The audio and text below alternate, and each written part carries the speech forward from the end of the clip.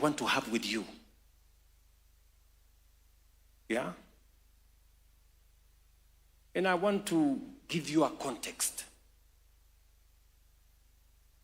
Malaysia, Singapore, South Korea were at the same level of development, more or less, like Kenya in 1963. In fact, let me specifically, and I want you to go and read. Take some time. Read about South Korea. South Korea in 1963 was exactly like Kenya in terms of education. They are an agricultural economy like us. The level of education was like ours. Their GDP per capita was actually 78. Kenya's was 80. Were the same in 1963. Today, South Korea, their GDP per capita is 20 times that of Kenya. You mnanielewa? 20 times. Our GDP per capita is $2,200. Theirs is close to 40,000. You mnanielewa? Malaysia, Singapore, and I invited the president of Singapore, alikuja kunitembelea hapa 2023. They were almost at the same level with us. Today, Singapore has 95%, almost actually 98% of their citizens are homeowners. Kenya, 7 million people are living in slums. You see the difference? 98% of their citizens are homeowners. Where to 7 million are in slums. Forget about home ownership. Home ownership ndio hii sasa tunapanga na affordable housing. Singapore was a slum like Kibera yetu hii. Watu walikuwa wanapika pombe, wako na nguruwe hapo, wako na kuku mbili. If you see the pictures, if you see the pictures, Singapore, it is exactly Kibera. Today, Singapore is in the first world. Their GDP per capita is 156,000. Yetu ni 2,200. Ni mnanielewa? What is the difference? Leadership only, nothing else. Leadership ndio imeleta hiyo difference. And I'm talking to leaders here today, you. Mnanielewa? I'm talking to you as leaders. We can change this country. China moved from being one of the poorest countries in the world to the second largest economy in 30 years. Why am I telling you this? I am trying to persuade you that it is doable. It is doable.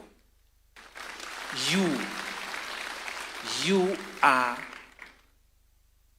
the intellectual community of Kenya. If Kenya is going to change, you are the agents of that change. My friends, teachers, this is the reason I called you here today. Because we, as the leaders, we are the ones standing between Kenya, between today and Kenya being a first world country. We are the reason. Whatever it is that we do will determine whether Kenya becomes first world or Kenya continues to be a third world. And if you had any doubt in your mind that this is doable, let me give you some examples of what is possible to be achieved if we make the right decisions. Number one, Those countries have learned the practice of savings. China's savings as a percentage of a percentage of GDP is 55. Kenya's percentage of savings as a percentage of GDP is 10. Which means everything we get, we consume. We forget that there is tomorrow and there is the day after.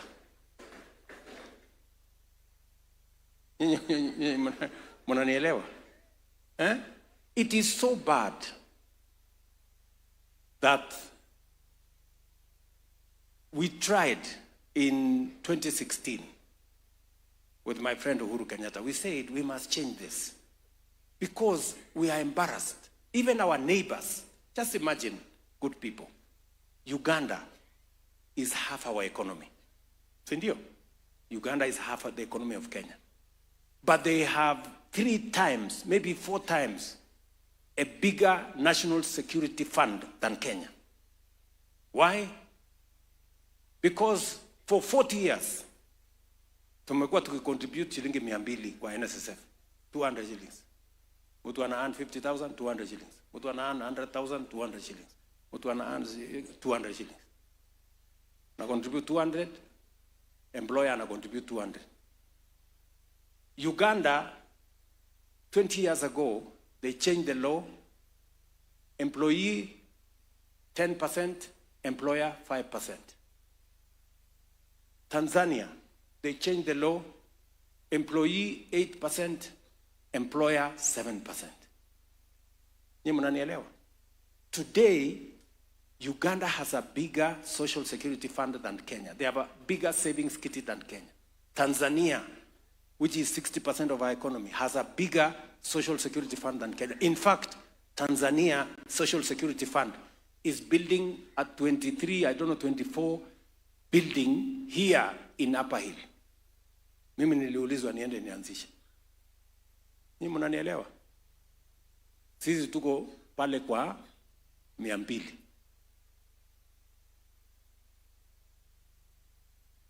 That is why when I came into office, unajua tulipitisha sheria because we had said, let every employee contribute 6%. Let the employer contribute 6%. And all that money becomes the money of the employee. We passed the law in 2016. Rafiki yetu Atuoli akatupeleka kotini. Ikakwama kotini. Ikakaa huko kotini, left, right and center. Wakati siku karibu tumkamate, akafanya njama, unajua ni mtu mwerevu. Akakuwa rafiki ya Uhuru Kenyatta. Sasa kutafuta njia kwa ngumu. Akakaa hapo. Sasa Mungu ni nani? Si mimi nimekuwa rais? My friend, sikuchelewa. 2 weeks nikaita Atuoli, hebu kuja. Tukaketi chini na yeye, habari mzee, namna hiyo mzuri, Sasa wewe hii kesi iko kotini. Unataka tuendelee ku 200 for how long? Do you know the damage we are doing to ourselves? Other countries are making progress. Sisi tunaenda kukopa pesa China because we have refused to save our own money. Nyinyi mnanielewa? Atuoli akawa mzee mungwana, akanisikiza, akaniambia nimekubali. Kesi ikatoka kotini. Kila mtu sasa analipa 6% NSSF. Employers wenu wanalipa 6%. Do you know what? Let me give you the statistics now. From independence to 2013, we had raised 320 billion. From independence to 2023, hii ya juzi, not 2013. And I want you to mark the numbers. From independence to 2023, we had raised 320 billion. In the last 2 years, we have raised another 320 billion. We have doubled our 60 years of savings in just 2 years.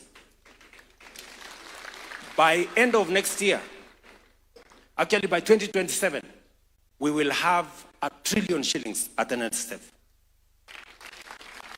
Tell me what is going to happen in 5 years. Tell me what is going to happen in 10 years. Tell me what's going to happen in 20 years. The net effect, we will not be borrowing money from China. We will be borrowing our own money, doing roads, doing water, paying our own people, growing our own economy. What am I trying to tell you? I'm trying to tell you it is possible. You know, kuna mtu amekufa hapa kwa sababu amecontribute 6% to NSSF. Many of you even are not aware I'm the one telling you. Munanielewa? That is how you change a country. Look at what we have done in housing. I'm just giving you, let me give you 3 examples. Why I believe we can move this country from a third world to a first world in our lifetime. What have we done in NSSF? I've just given you the numbers. Look at what we have done in housing. Today, we have issued contracts for markets, for hostels, for housing, worth 600 billion. 600 billion. Not money borrowed from anybody. Our own resources. That whole housing thing you see, not a single shilling has been borrowed from anywhere. If you had asked me to go and look for 600 billion shillings to come and do housing, ningetembea na magoti in all the towns and all the cities, and I would not get it.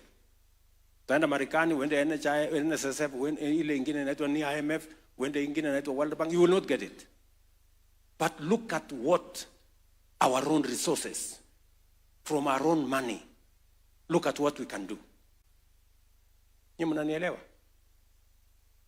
Look at what we have done in health. Do you know how much health, how much money has been made available in health? From our own contributions in SHA, we're going to have something like 90 billion every year.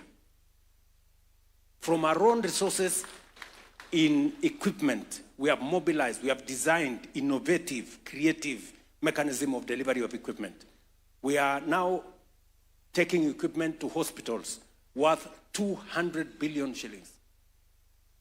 Not equipment we are paid for, equipment we have structured, how they are going to deploy their own equipment, we pay them for service, and we make sure that we deliver health. So we are mobilizing close to 300 billion shillings, using our own money, using our own intellectual capacity to deploy and to provide health to our citizens.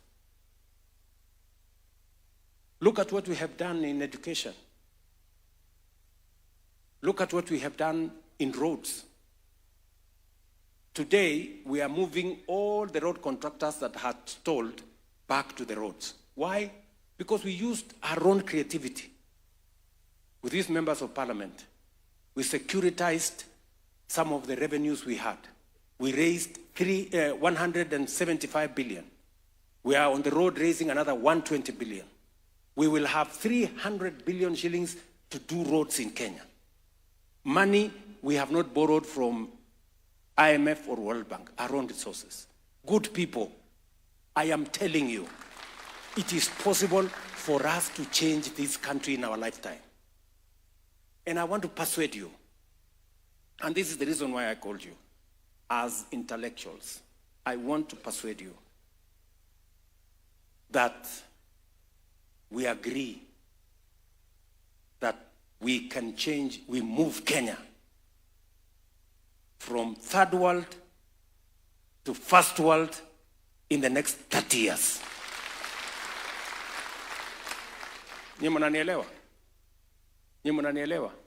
If Korea, South Korea could do it, we can do it.